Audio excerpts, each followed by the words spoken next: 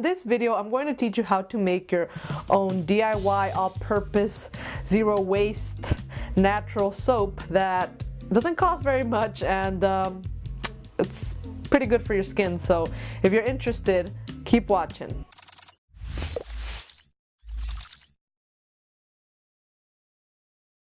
Hello everyone and welcome to my channel. I'm Leslie, and if you are new to this channel, I mostly make videos about curly hair, but I make videos about other things. Still a very small YouTuber, and I'm open to requests, and yeah, if you want to join the family, please hit that subscribe button and like this video. So today I'm going to be teaching you how to make this soap. Yes, it does not look very good. It looks kind of like mud water.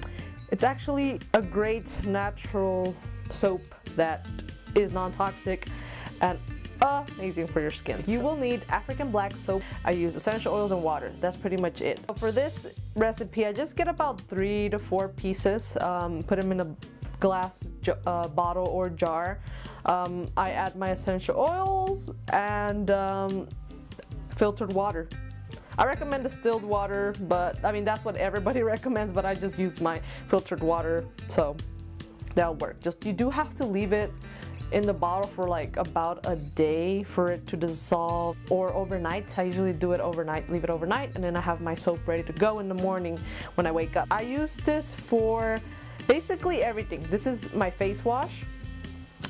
This is my body wash, and sometimes it's my shampoo. It's very moisturizing. It does not strip your hair from the oils we need. It does not strip our skin, and it's very cleansing and very moisturizing. So I hope you guys enjoyed this video. Again, I make these videos because I'm a person that really wants to start using less plastic. I love DIY, and I kind of just want to combine these two and make great videos for you guys, to inform you, to give you other options. We don't always have to go to the store and buy whatever's on the shelf. We could just do it ourselves.